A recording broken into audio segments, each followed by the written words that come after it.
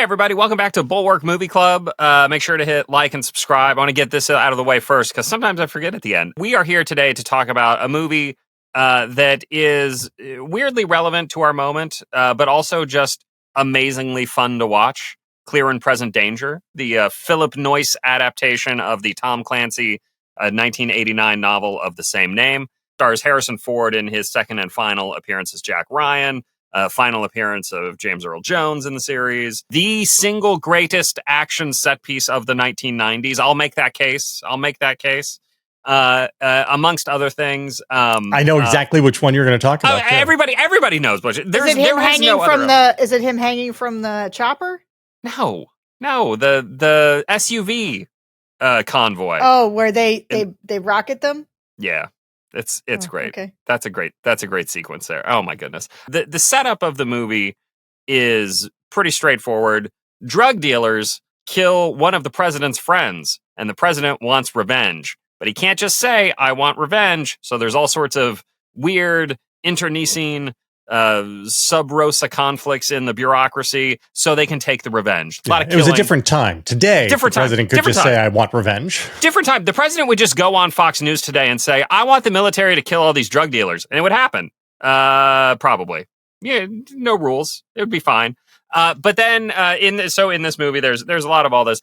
This is a classic, like TNT classic sort of movie where you can turn on any 15 minutes of this movie. And indeed, I did not see this movie all the way through until maybe like 5 or 10 years ago. I don't think I ever actually sat down and watched the movie from start to finish until fairly recently. But I had seen all of it. I'd seen all of it because it played all the time. Sarah had never seen it before this. But never. That does not surprise me as much. It surprised me because I actually was pretty sure I had seen it. But it was you one loved of these, it, right?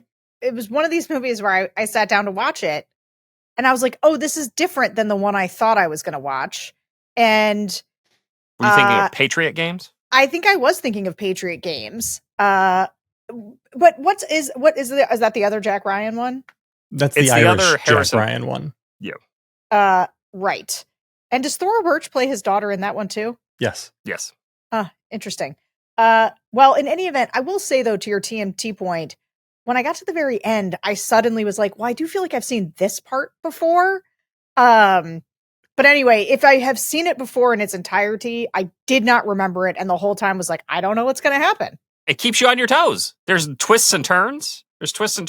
Great acting in this movie. Great performances. Harrison Ford, of course, Harrison Ford is my number one. If I was drafting movie stars, Harrison Ford might be like my number one movie star, not necessarily actor, but movie star.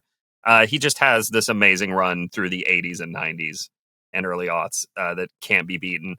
And he is perfect as Jack Ryan. He plays him as a total Boy Scout. JBL, I want to ask you a question because I am not a Jack Ryan reader. I have not read any of the Tom Clancy books. I've not read any of them.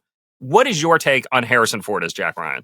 So I am a Clancy stan, and I have read all of the books in which Clancy... That's not true. I have read every book that Clancy wrote. I think I've read every book that Clancy had a part in writing, but I stopped reading the books once he no longer wrote them, and it was just his name on them. So once it became Tom Clancy's Rainbow Six, blah, blah, blah, blah, blah, blah, written by... Blah, blah, blah, blah. Right, that I hopped off of those. Ryan is a Boy Scout, and he is this weird combination of, because he was a Marine, he joined the Marines, but he washed out of Marine training very, very early because he's in a helicopter accident and his back gets broken, and so he sort of has this lingering back issue his whole life, and also has a fear of flying because he was in a helicopter that crashed. And so this is a recurring theme from him. And so he sort of reinvents himself as a nerd. He goes and gets a PhD and becomes a historian and winds up getting recruited into the CIA kind of by accident. And he's like sometimes he's in the CIA all the way. Sometimes he's just a part-time consultant. He winds up as president as you go deeper and deeper into the series. Like he winds up at one point, he's tapped to become, he winds up as director of the CIA. Then he winds up being tapped to be vice president. And then there is a terrorist attack on the Capitol during the State of the Union address, in which somebody flies a jumbo jet into Japanese terrorists. Still smart and after the World War II defeat and loyal to the emperor, crash a jet into the Capitol, and they kill basically everybody except for Ryan. And so Ryan then becomes president. Wait, when did that book come out? Did that book come out around the same time as Michael Crichton's Rising Sun, perhaps? Because there's this I don't know, I'd have to look. Long stretch of like real, like the Japanese are coming to take over. Yeah, I think this was after that. I think but there's also, wasn't there a whole series that was based on the idea of you're the guy that runs everything if the rest of them dies? Yeah, Designated Survivor. Designated Survivor. Yeah. So I have thought that the Harrison. So we get the Alec. So have you seen Hunt for October, Sarah? Yeah. Yeah. So that is our Alec Baldwin Ryan, and I've always preferred the Harrison Ford Ryan because he's less slick. Like Alec Baldwin is just Alec Baldwin, and I like his Jack Ryan, but Harrison Ford feels a little. There's that like the level of where's my pencil? That like absent-minded professor thing going on with him, which he was present in Indiana Jones, and he brings to Jack Ryan. That's exactly it, right? It is that kind of Indiana Jones delivering the lecture and getting distracted by the co-eds, or it's when he's telling the president, when he's giving the president his advice on how to handle the questions about his friendship with this guy, and he's kind of stammering, and he like accidentally kind of says out loud like, "Oh no, don't do that." Like it's this perfect performance, and he just does so much with like. He has the perfect, like, sheepish grin. Nobody has a better sheepish grin than Harrison Ford. It is like his defining characteristic. Sarah, you surely are a lover of Harrison Ford. Yes? Yeah, sure. I do like Harrison Ford very much. Yeah, he's fine. He's great. He's not. I don't spend. Honestly, he's really good right now in the show Shrinking. He is. It's lovely to see him again. He's still got that scar on his chin. I think Harrison Ford's wonderful. I'm not, honestly, because my kids are doing so much Star Wars right now, I'm pretty, Han Solo is looming large. We haven't watched Indiana Jones, so I haven't revisited that in a while. And you love Han Solo, right? Yeah, sure. Yeah. You know what, JVL, I don't care for Star Wars that much. It's fine. It's fine. The way that I'll just really quickly, we went to Disneyland. We let the kids make lightsabers. It was just my boys who are 9 and 7. I got a lightsaber in the corner over there. And a whole bunch of grown men. Yeah. Who on my desk right now. Getting their lightsabers little Mandalorian. Built, talking about their Tiber little baby Yoda. And I was like, I guess it's good for men to have hobbies. I don't know, whatever. Here's what I liked about Clear and Present Danger.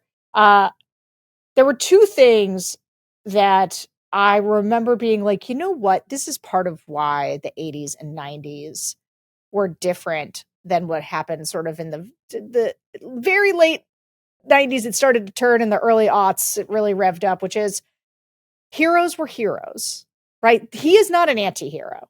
He is not complicated and I don't mind complicated heroes, but he's not plagued by the darkness, right? He is somebody who has a clear sense of right and wrong. That clear sense of right and wrong drives him throughout the sort of machinations of the government machine. He cuts through them with his moral clarity and his inability to be swayed by either the pomp and circumstance of the White House or even their threats and entreaties of, I'm going to bail you out. I will take care of you if you keep this secret. He is no, sir, I will not do that because what you are asking me to do is wrong.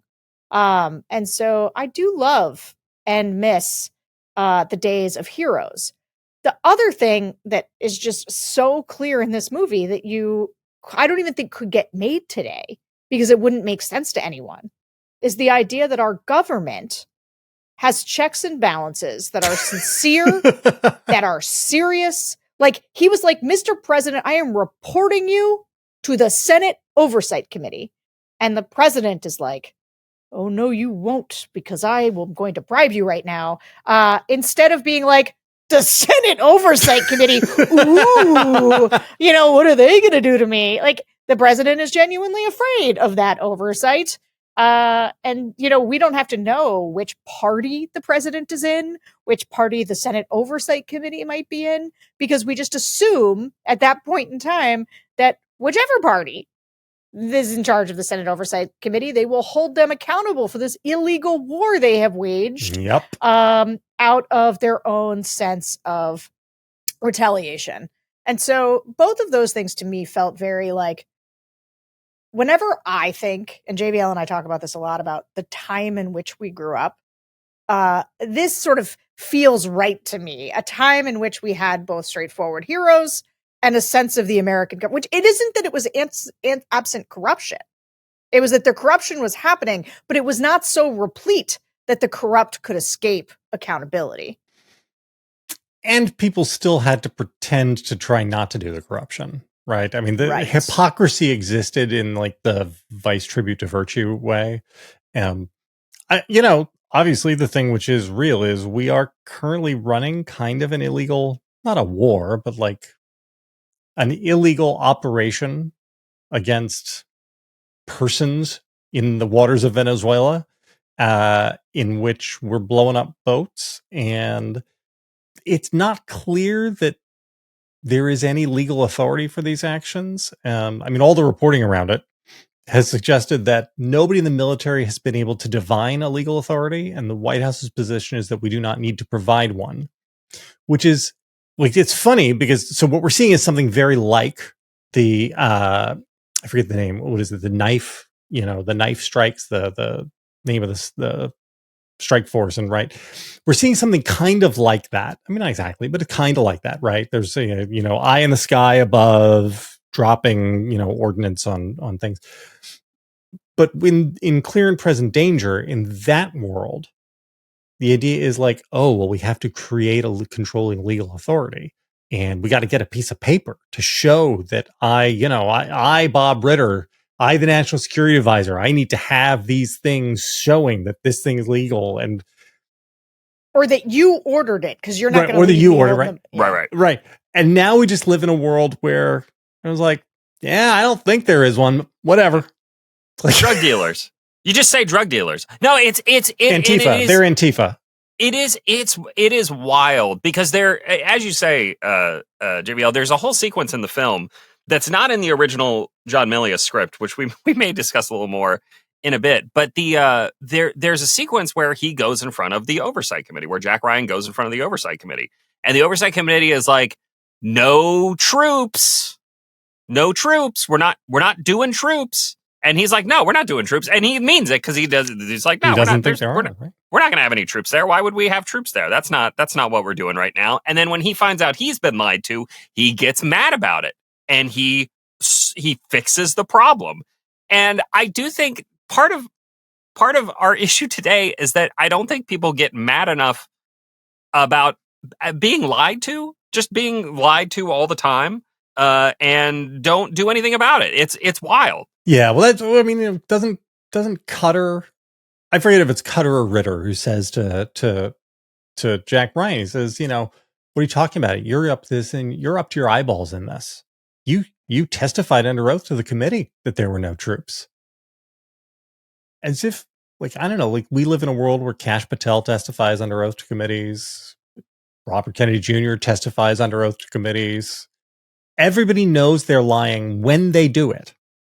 The senators know they're lying and in fact call them and say, you're lying to me right now. Doesn't matter. It doesn't matter. It's a very funny, it's Ritter, like a glimpse into a foreign country. Ritter even tries to coach him. Like, here's how you get out of it. You just say you don't remember. Nobody even bothers with that anymore. Nobody even bothers with that. Well, I can't recall anymore. It's just like, yeah, whatever.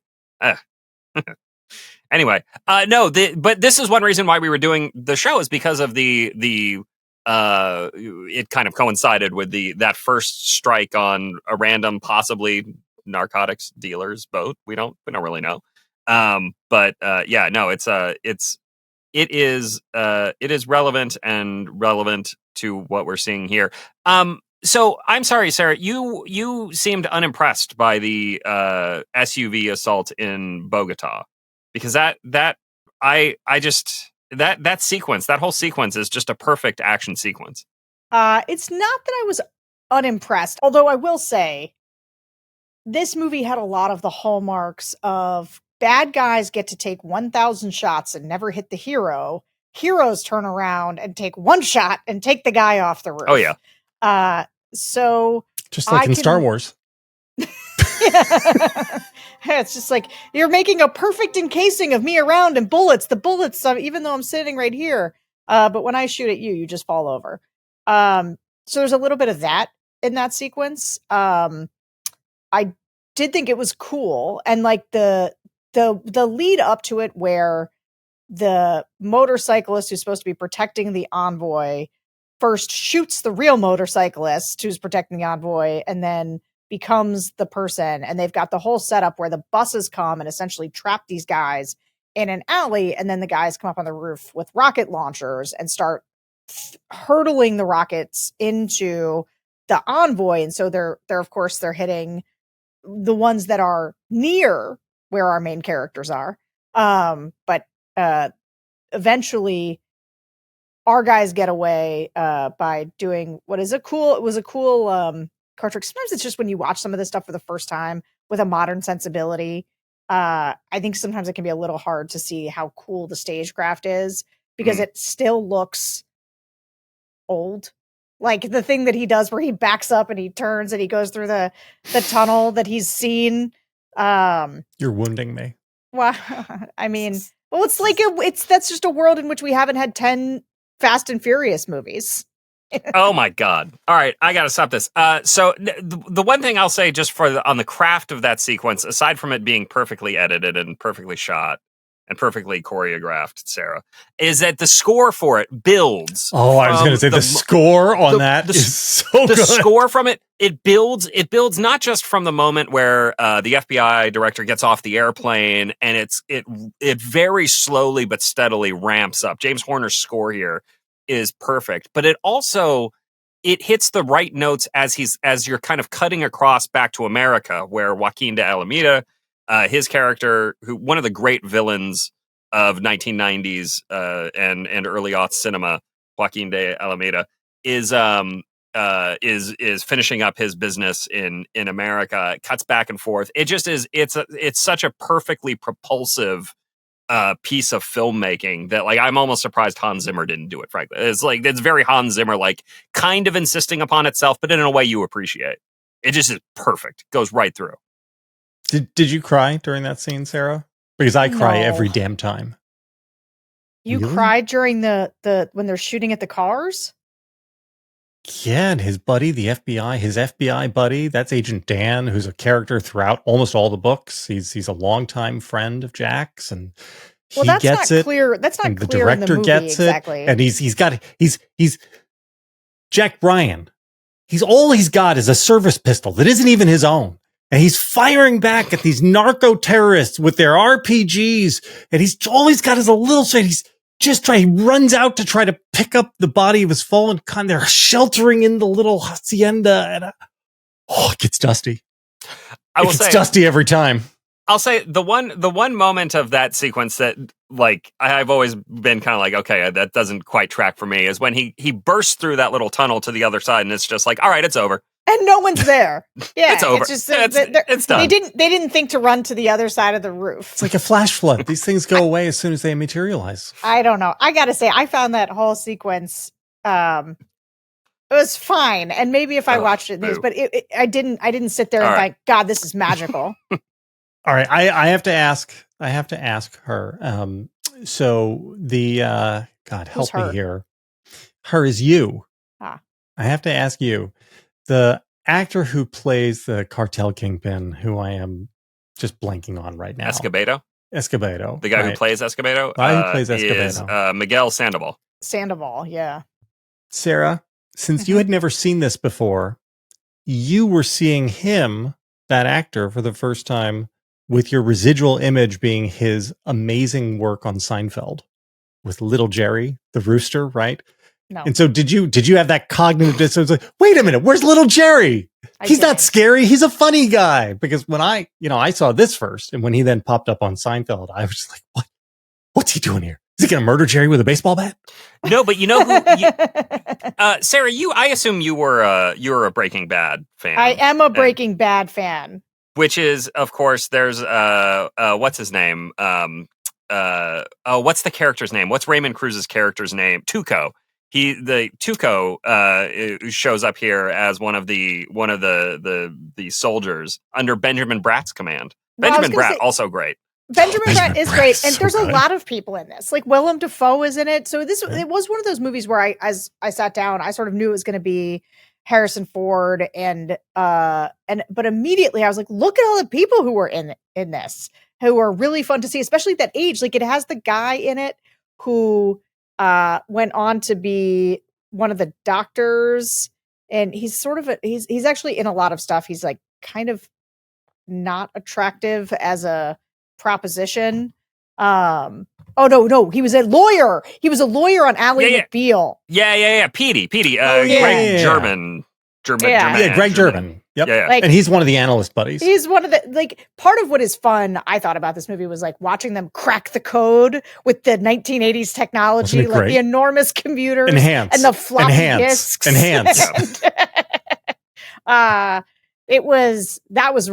That's fun. That's like time capsule stuff in a way that, because normally even when you go back, you're like, okay, the phone immediately dates it. Like their sat phones immediately date a movie, but getting to watch them do like procedural FBI work with their computers, like whenever that guy German or Petey is trying to guess the password and he cracks it with like 7 tries. Yeah.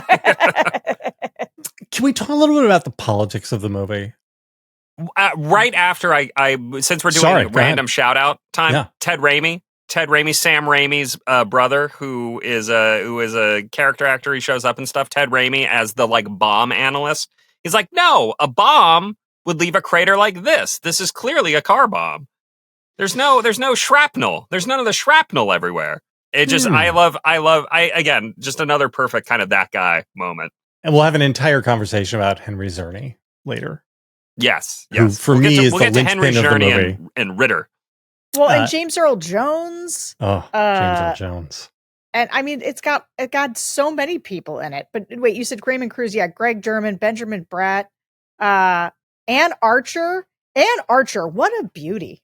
Oh, yeah, kind of wasted in this movie. Just not really much for her to do. She doesn't get as much as she gets to do in Patriot Games. In Patriot Games, she gets a lot more work. Patriot Games is like a family. He has to protect his family. They're just kind of at home for this movie. One of the reasons I love the casting of Ann Archer here is one of the keys to understanding Jack Ryan is that he's rich as fuck. Yeah. So he, after he breaks his back, he gets his PhD and then he goes to work on Wall Street. He makes a pile of money and then he marries the daughter of the guy who owns his hedge fund. And Ann Archer is a beautiful woman, but she is a beautiful woman in a very specific kind of way that really does feel like she comes out of New York society. Like she looks like she could be the daughter of one of the masters of the universe, But she herself is a doctor.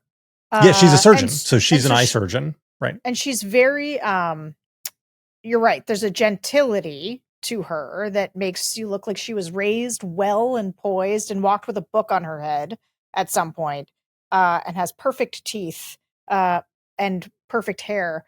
But she also looks real in some way, accessible, like a person you would see and know. She's amazing in this movie. He's also they are very clearly they have a very good marriage, like one of those marriages that you saw where you're like, well, this is a marriage you build worlds upon. Just a real commitment to each other. even in the little bit that you have here, you can tell he is a person whose family is at the center of his world. I'm glad you're saying all this. I was a little worried, Sarah, that this was going to be another. This also kind of falls into the guy movie. Very much a movie about guys doing guy things. And, well, there are two women in it. There are two women in it. There is Mrs. Jack Ryan and Moira. Yes. The machine is still on, Moira. No, that's not true. That's not true. The head of the field office there in Colombia. Oh, yeah. Yes, that's right. That is a woman. Yeah. I actually was sort of... It's funny. It's the throwback in the sense that everybody has secretaries, and the secretaries all have this, these like weird relationships with their bosses. Like Moira, you look nice today. Yeah, well, that's right. Harrison Ford does this thing. Right? But he says it very nicely. Actually, I thought that was a nice thing. I thought it was like, this is a way where they are communicating that this is a nice human. But it's also very clearly like a trick that Jack Ryan is doing there to like get her to stop paying attention to this. Like, he doesn't want her to think about what has happened here. He's just like, oh, hey, nice. You look nice today. But it's a honeypot thing, but like a reverse honeypot where the bad guy basically seduces the secretary of one of the CIA agents only to murder her, which was the FBI director. The secretary of the FBI director. Yeah.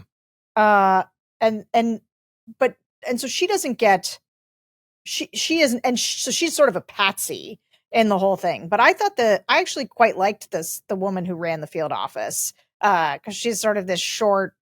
You want to spend more time with her, don't you? Yeah, like she looks like a good hang. Character feels like it's lived in a way that the movie doesn't demand, but is rewarding. But this is where one of the things I'll say about the movie is for a movie from the 80s. It's a movie that people would criticize today as being woke, for as many, I think, to have the doctor, like his wife, be a surgeon at this point in time, which was true to the time, but I'm not sure. You're independently wealthy. You're both, you've got sort of young kids. The wife's a surgeon. I was actually surprised how many women then there's like a woman running the CIA office. I don't know. I bet at the time, like that was at a different time where people were like, we need to help.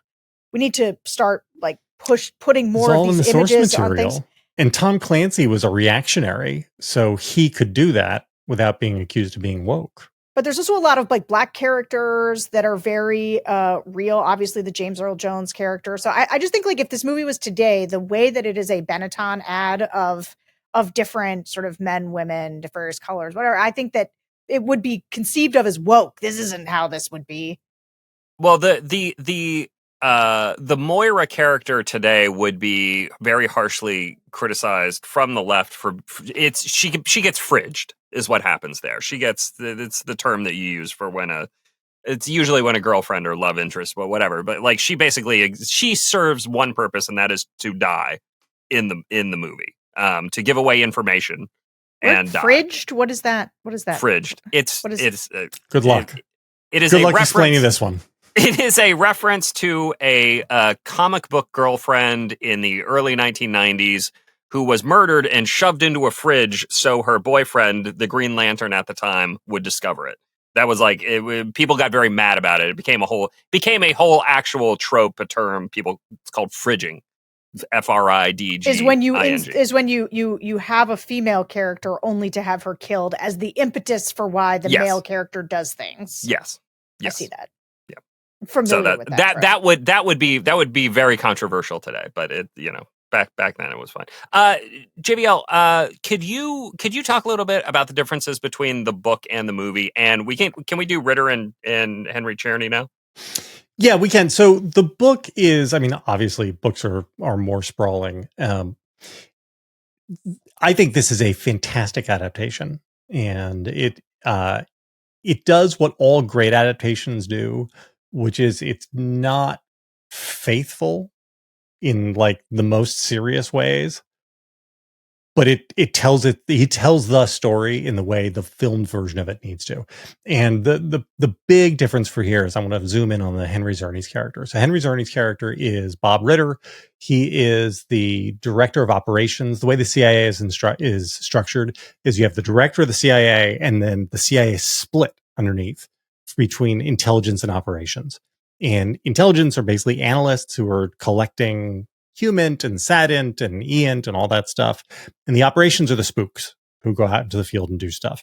And there's basically a wall between them. Those two silos have historical, like in-service rivalries. And that is a big part of the book that does make its way into, you do get a sense that Ritter doesn't like Ryan. And he doesn't really like Ryan in the book either. But what's interesting is that in the movie, there are three villains, really. And it isn't Escobedo, right? Escobar is just, he's like a wild animal, right? He's a drug kingpin. He does what he does. The real villains are the president, who is a coward, the national security advisor, who is a weakling, and then Ritter, who is just sort of going along with everything, right? Well, and Cortez. And Cortez, yeah, I guess Cortez, but Cortez is like such a good villain. You almost kind of like just want to spend more time with him.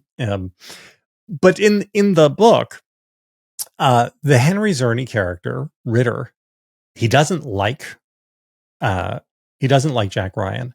And the reason he doesn't like Jack Ryan is because he believes that people like Ryan from the analysis side don't actually care about the lives of the guys who are in the field from ops. And he is one of these guys who will actually die to protect his field agents. And he is part of the effort to bring in the guys down in the operation once they're cut off. And so Ritter is like a really, crinkly, rough and abrasive figure who is ultimately on the side of the Angels. And the choice of Henry Czerny is so perfectly administrative. Like, I don't even know how to describe his screen presence because it's such a unique thing that he does. But like this, and in the Mission Impossible movies where he's Kittredge, right. He is Kittredge. What, 2 years later in Mission Impossible, the first Mission Impossible, and they are very similar roles. They are very similar in that he's kind of this officious. He enunciates very clearly, and he speaks in this. I'm not even going to try and mimic his speech patterns are amazing, aren't they? He speaks in this very explicit and direct way that also I have never heard anybody talk that way before. It's great stuff. Sarah's looking at us like we're insane. Did he not make as much of an impression on you on screen? He made some impression, maybe not this much of an impression. I actually sort of thought he was one of the characters where they were clearly trying to tell you something with him, but like it never really went anywhere, or as much as you would want for as much screen time as you got with them, like looking at each other and clearly not liking each other. And then I'll say, this movie to me is a much better in the genre. Like, you jumping to the Mission Impossible movies is like, I don't do my comparisons with Mission Impossible movies because God, do I not care about those movies. Are you wait, so it's interesting, but it's actually literally really my favorite series of movies in existence. Well, they're no Fast and Furious. Sarah, I haven't watched those either. I'm just saying, like, the cool car stuff now is everywhere. No, but Sarah, it's interesting to hear you say that about Ritter, about him not quite adding up for you, because I think there is a problem there with the character. And it's funny, I mentioned I read the original Milius script as I was, doing as I was preparing for this. And Ritter is not in that script. Ritter does not exist in the original version of this script. And what's interesting is a lot of his lines in the movie are still in this script. They're just attributed to Jack Ryan, interestingly, and Cutter. Oh. And so Ritter weirdly serves as this kind of sin eater figure for both Ryan and Cutter and Clark. He just takes on like all of the negative Willem Dafoe's character Clark, who's running the secret op down in Mr. Clark, South not America. Actually his real name. He's fat. We can do a whole thing on Mr. Clark if you want to. Well, I'm curious to get your take on this, but to your point, Sarah, I think the reason the character does not work, I actually kind of agree with you that the character is slightly underdeveloped because he mostly exists to make all of the other characters look a little bit better. He moves the plot forward in certain ways, and he moves the thematic underpinning of the film forward about the like sneakiness of this whole operation and how everybody's just trying to cover their ass, etc. But he does it by just kind of absorbing all of the bad things. He's like the sponge that is in the sink for 6 months and is like kind of black and gross, and you can't really use it anymore. That's him in this movie, and it is a mild problem. I think Czerny covers it up by just delivering a totally magnetic performance, but yeah, I think the character does not quite work. You are never quite sure, like when he and Harrison Ford are staring at each other angrily as they both go into their own offices, but they've been like sort of detailed together. I was just like, I don't understand the dynamic at play here that we are supposed to be understanding. You didn't find them? I cried at that emails scene too. And files riveting. Yeah, that was the printing, watching the daisy wheel printer going across. I also got a tear. Wow. Just like I cry a lot during this movie. Have you seen like Terms of Endearment or Beaches? Like what happens to you during those? It didn't really hit me. Barbara Hershey, Beaches, didn't really work for me. Sure. Okay. Movie club we're going to watch some of these. I'm going to show you what it means. Tears. To feel. What it means to feel. I don't know. Can we do the politics?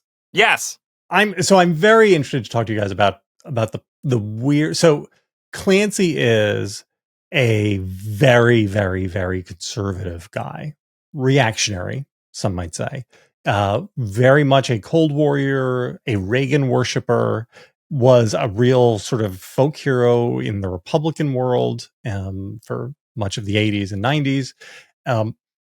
And this movie is interesting, and the book is interesting because he hates drugs. And he's not a libertarian, but he's very skeptical of the war on drugs. And so it lives in this interesting place where like conservatism hasn't figured out what it really thinks about all this stuff, right? Like and the other thing here is that Clancy is toying with the idea of the limits of power, which is, again, not really his bag. His bag is like, America's got the greatest Navy in the world. We can make anything happen. And this is Do you want to know how a cellulose bomb works? Right. This is like, look, it's Vietnam again, and so there's like this interesting undercurrent of conservative worldview stuff happening in it that I was interested in what you guys thought about it. Well, I definitely clocked the jelly beans on the president's desk, which to me seemed like an obvious homage. I did wonder, and unfortunately, I didn't have the time, but I meant to go and look at the timeline between this and the Oliver North. I mean, Oliver North must have been before this, right? Because I would say this is the 90s. Yeah, right. So it was the 90s, not the 80s. Right. It was published in 89. Published in 89, so shortly after the Oliver North. So that's what it reminded me of. Like, I felt like this was a covert operation that, it's unclear what the approval is for it. Does it go all the way to the top? Who's getting hung out to dry? I'd bet anything that Clancy liked North. Well, that's why it's interesting that you just said that. I didn't know that, but that I'd have to look that up. Like, we are talking about the resonance sort of, and honestly, part of the reason I got so surprised by the movie is I was sure that it was going to have something to do with bombing a boat. Because that's the like current historical parallel. And then when I was like, oh no, there is a boat. It does start with the Navy, but that's not actually that kicks off the action, but it is not a central issue in the story, is like whether or not they are legally or illegally bombing boats. It is a question of, are they legally or illegally, sending American troops, so like a small band of American troops to like carry out a covert operation. I don't know if this is real. I'm sorry. I'm just looking on the internet while we're talking, and I see one Substack claiming that Oliver North used a fake Irish passport and his pseudonym was John Clancy. I buy it. And by the way, did you guys catch that Oliver North and Fawn Hall got married? I did see that. Oh, I saw that. Yeah. That was the weirdest thing in the world, wasn't it? Like two figures from history who everybody I think, probably assumed had passed on. And it turns out that now, after 40 years, they've tied the knot at like age 8. What a weird. They're tied together by destiny. But wait, did you guys see the Iran-Contra parallels here? Did that not seem like it loomed over this movie? Yeah. Yeah, Totally. With the Totally with the agree. Senate hearings, Yep. absolutely. Yeah. Okay. So where do you guys think? I mean, I guess this is both a backward question and a forward question. Like, I mean, so Clancy loved Reagan. Reagan was the war on drugs. Clancy seems to think that drugs are terrible and evil, and that the war on drugs is a lose-lose proposition. Like, it's a weird set of like things happening there. And I think conservatives generally have had that exact same problem, right? That does not compute loop for like 40 years. Am I right? Am I wrong? I think that's about right. Can I ask one question about the book? Because I don't know. Again, I haven't read the book. How does the book deal with, how does Cortez die in the book? Yeah, in the book, Cortez is sent back to Cuba. Oh, interesting. Where Fidel, who he has portrayed throughout the whole time as like, his great friend. This is the one of the funny bits is that he's always saying to Escobedo, he's always telling him stories of, well, when I would be with Fidel, and I would say, because the drug dealers all just think like, wow, I mean, if I got Castro's guy here, like I'm rolling in high cotton. But then it turns out that actually he was kind of drummed out of Cuba. And when he's sent back, it's a death sentence because Castro hates him and thinks he's a traitor. So there's like a darkly funny angle to it. That is interesting. So in the Milius script, what happens is Cortez comes to Washington, D.C. He kills Cutter. While Cutter's out on his morning run. So it's like 5:30 in the morning. It's pre-dawn. There's nobody in the streets of D.C. Kills Cutter. And then junkies stab Cortez to death.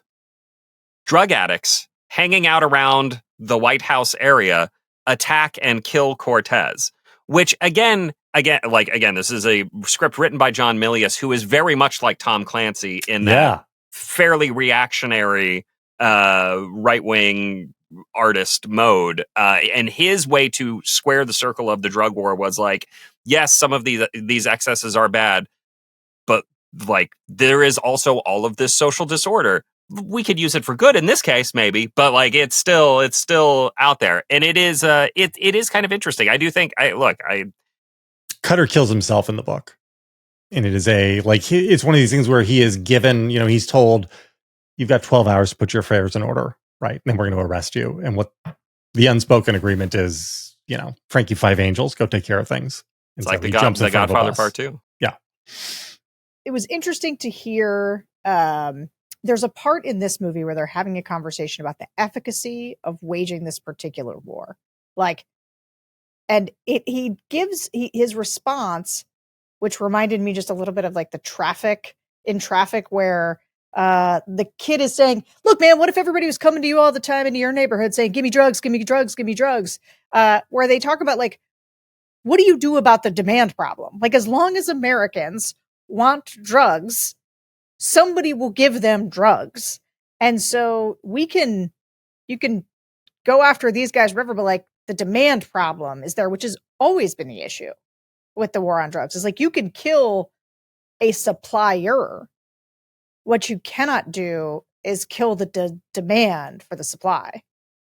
So the war on drugs has really morphed though in America, right? Like we had the war on drugs through the 80s into the 90s, and then we hit a moment where it kind of receded and it looked like the country was on its way to making its peace with legalization. And then fentanyl became an entire new class of touchstone, right? Like you could just invoke fentanyl to justify anything in the kind of the same way that people talked about cocaine in the 80s, I think. And I have my own theory on this, which is that it's because fentanyl affected a lot of white people. And so all of a sudden you could make a lot of political hay out of it. But maybe that's not right. I don't know. But it does feel like that's back, right? I mean, and that is literally behind the Venezuela, right? The pretext is, well, we're killing drug dealers. And so we all got to be really upset about drugs again. Thoughts?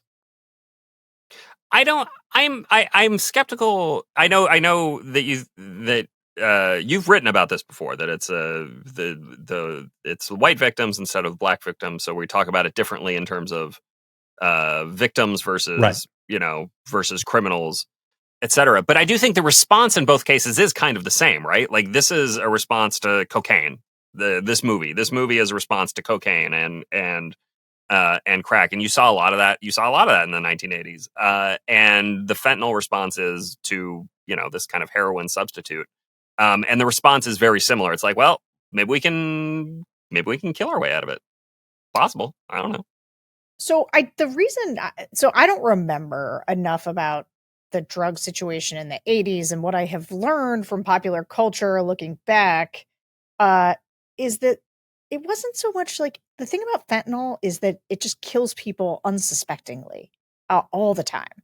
Like, people die from fentanyl constantly. And in these places, like in Ohio and other places where, Illinois, a lot of these rural areas where people, you think like, when people talk about immigration or the crackdown on things crossing the border, like specifically sort of illegal crossing, and like, why does it matter to people in the middle of the country? And I'm always like, oh, fentanyl. That's why they care, because it is in a way where I don't think it's just white people versus non-white people. I think that the difference between like the party drugs of the 80s in Miami and what versus like a bunch of people who things are getting either cut with fentanyl, and so they're overdose and dying. Like, people aren't trying to die, and they're dying at this alarming rate because of accidental ODs. I mean, like, if you drive around Pennsylvania like I do, you're driving like long ways in the turnpike, there'll be these signs that talk about, like, are you carrying Narcan? Carry Narcan. You could save a life. Like, it happens so often in these communities that like a PSA is about you, regular person, carrying this on your body because you could encounter it at any moment and save someone's life by being able to like Narcan them, which feels different than a bunch of people choosing to like party pretty hard in Miami. So let me cut against my own thing here. So the cocaine thing became like, it was a party drug, but the crack version became a real epidemic, and it was centered on inner cities. It was predominantly in African American communities. I will say another difference though with this is that the opioid drugs are more powerfully addictive than cocaine and crack. Crack, highly addictive, but not as addictive as the opioid class of drugs. More instantly addictive. You get addicted much faster.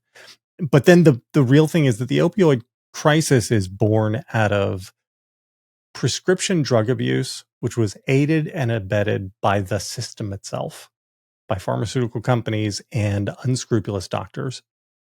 And so that is an element to it, which makes it different. I should be clear. My argument isn't like, oh, America ought to treat people who have fentanyl addictions the way America treated Black communities during the crack epidemic, when it was like looked down and the idea was like, what's your problem? Just say no, right? I think that the enlightened view that we have towards people with substance abuse problems, where the idea is that we should be treating them to the extent possible, I would just like to see that equally applied, if that makes sense. Yeah, I mean, totally. The issue with fentanyl, as Sarah says, is that, like, I think people are dying accidentally and not through repeated, I don't know. I hear about it in neighborhoods in Dallas too. Like, somebody's like, I gotta go to a funeral. 17-year-old like OD'd on fentanyl. Didn't know he was doing it, and like, it's not great. Yeah. Anyway, downer.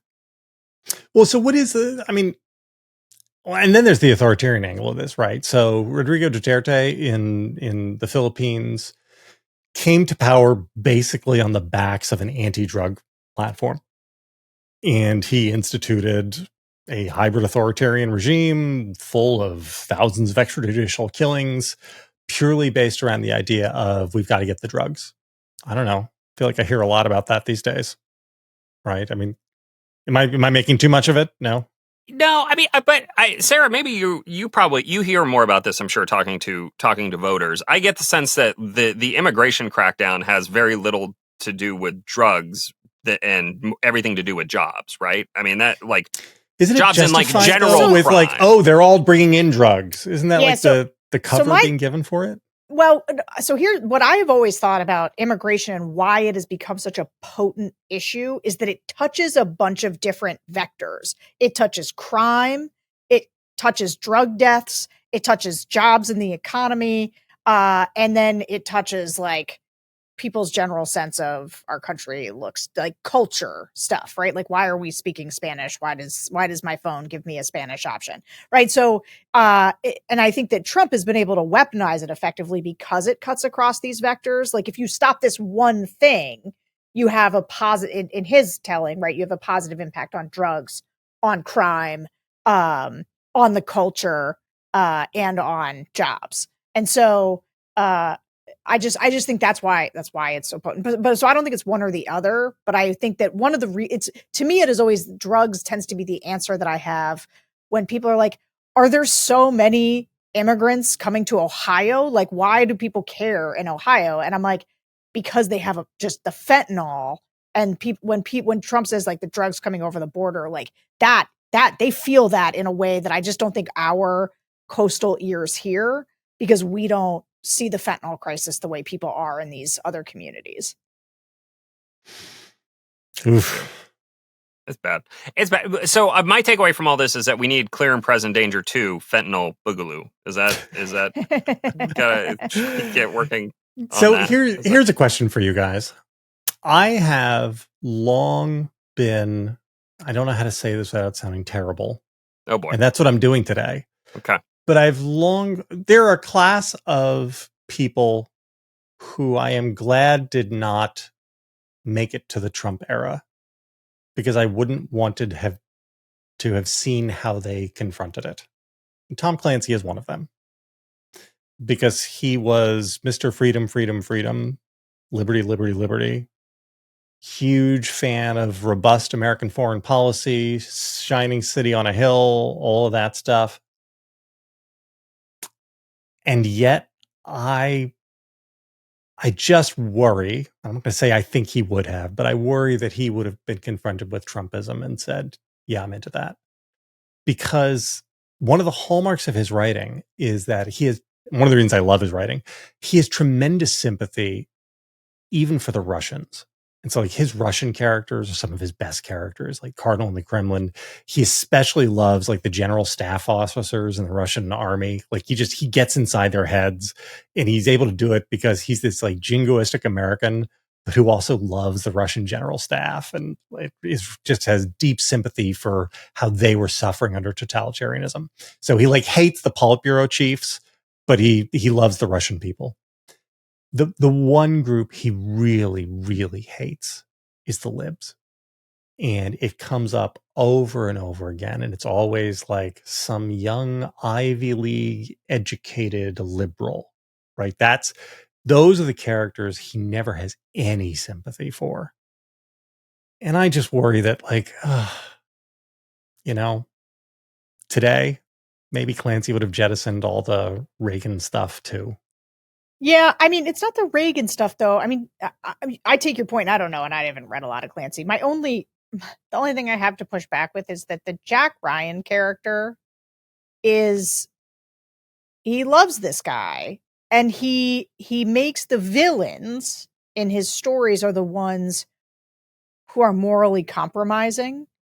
And I just like my like overall thing was like, I can't remember. I haven't watched enough things with just a straight up hero where we are not questioning, is he the good guy or the bad guy? Like this is the good guy. And every decision he makes, every choice that he makes is with a kind of moral clarity. He's making the right one.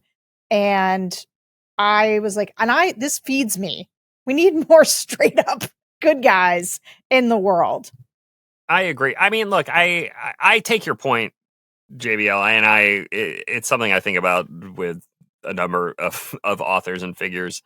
Myself, you and I are yeah. running on the same wavelength here. I don't know about you, Sarah. But look, like a guy, you look at a guy like Brad Thor, who has always been very conservative and into the kind of same Clancy world, not quite as wonky, I would say, not as, but he has been pretty stalwart. Like, no, this is actually bad. He's the best, man. He's a Bulwark guy. Yeah, no, Brad Thor is stuck with it. So I would like to think that Tom Clancy would take the Brad Thor. I choose hope. I know. And I could also just stick up for Clancy. For anybody who's reading this who hasn't done him, he is, don't get fooled by the later stuff, which is co-authored after he's become an industry. But his early books, especially Cardinal in the Kremlin, which is his best novel, they are so much better than they have to be. The writing is better than it has to be. The characters are better than they have. Like, really, he was a very gifted writer. I have to read some Clancy, because as I was telling you before the show, when there was this weird split in my high school friends. It was like there were the people who read Clancy books and there were the people who read Crichton books, and you would think that these two groups would be best friends because the same basic idea, like, you know, no, very it was very Jets and Sharks. Because you're all cool kids who read books. Did you read like pop fiction when you were like high school, college, or were you just reading like philosophy and literature? No. I read I read a lot of Stephen King. But I will say I did read like a lot of the classics early. Like, I was just like, I want to know what the fuss is about like the unbearable lightness of being, and I don't know, whatever was the I read like A Tale of Two Cities and all of that stuff that tended to be mainly because I wanted to understand the world of literature. But I definitely, I've read all the Stephen King books. Like, I remember taking The Dome with me to Bulgaria, and for my beach reading, and I'm just lugging that thing around. So that was one of the nice things about getting the first, like, I got a Kindle and I could carry like 5 Stephen King books around with me at one time. And it would not, actually destroy my back trying to do it. It was nice. Any parting thoughts on Clear and Present Danger? JVL, is this your favorite of the Jack Ryan movies? No, my favorite of the movies is still Hunt for Red October. And that's probably, so I like Philip Noyce as a director, but Hunt for Red October is, help me, Sonny. Is what? Who's the director? John McTiernan? Yeah. So Hunt for Red October is John McTiernan operating at the absolute top of his game. Yeah. And it's, everything in that movie. I would argue that Hunt for Red October is a perfect movie. There is nothing, not a frame of it could be changed. Yeah, it's interesting. I watched Hunt for Red October during the pandemic for the first time, which is actually when I thought I'd watched Clear and Present Danger, but I definitely watched the other one. I would say, just as a straight enjoyment matter, I enjoyed this one more than all. Really? This was the one I thought was the most riveting. And the most, and now part of it is like political intrigue is my bag. And so the bureaucracy part of it was, I thought, really, well done and fun to watch. But this was definitely my favorite as just a pure sitting with the popcorn. How much did I like it? This is exactly how Sarah voiced my opinion on this exactly. Like, I will acknowledge that The Hunt for Red October is a better movie because it is John McTiernan in an all-time great run of movies. He makes Die Hard, Predator, The Hunt for Red October in a 4-year period or whatever. It's just an amazing sequence of events. And this is not a perfect movie. Like, we didn't really discuss the last 20 minutes at all, which I just don't care that much. Like, it's like this TNT thing where, like, if the last commercial break is before that last sequence in Bogota, I'm like, I might leave. I might not watch the end of the movie just because I don't care. I don't care that much about it. But it is my favorite Jack Ryan movie to watch. It's the one that I will throw on. It's the one with the most discrete sequences that I enjoy watching kind of in isolation. And it's not just the SUV convoy assault. It's all of the stuff in the jungle with the military team. Like all of those little vignettes where they're just going around blowing things up, I find riveting. I found 14-year-old me watching that was like, this is the highest form of cinema. Watching these guys drop bombs down into little spider hole drug packaging rooms. When Ding Chavez is trying out and he's like creeping up, they're doing the red blue team. That's the most where fun. is he? Yeah. And it's so fantastic. Because I'm a sneaky bastard, sir. I watched that and I was like, this is pure delight watching this. Yeah. All that stuff is great. And we did not discuss Mr. Clark or Willem Dafoe. I mean, so Mr. Clark becomes an entire spin-off franchise within the Clancy books because he is basically Snake Eyes from G.I. Joe. So he is a guy from Vietnam. He's a spec ops guy from Vietnam who should be dead and who gets a new identity. And so he is a man with no name. Mr. Clark is not his real name. He lives somewhere out in the Eastern Shore, in like a little island atoll in the Chesapeake Bay. And he's basically Tom Clancy's Batman.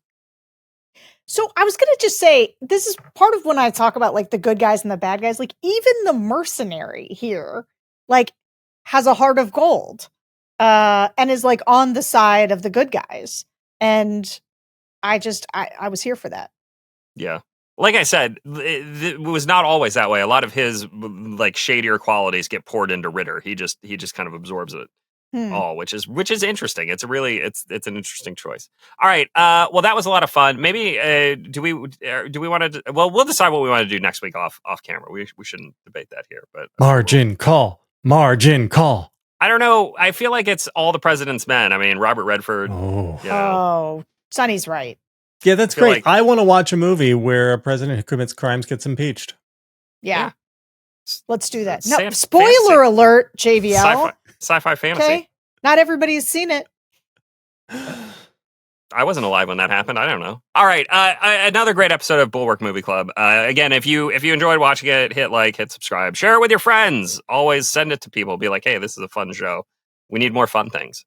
So hopefully you guys had a good time. I know I did. And we'll talk to you next week.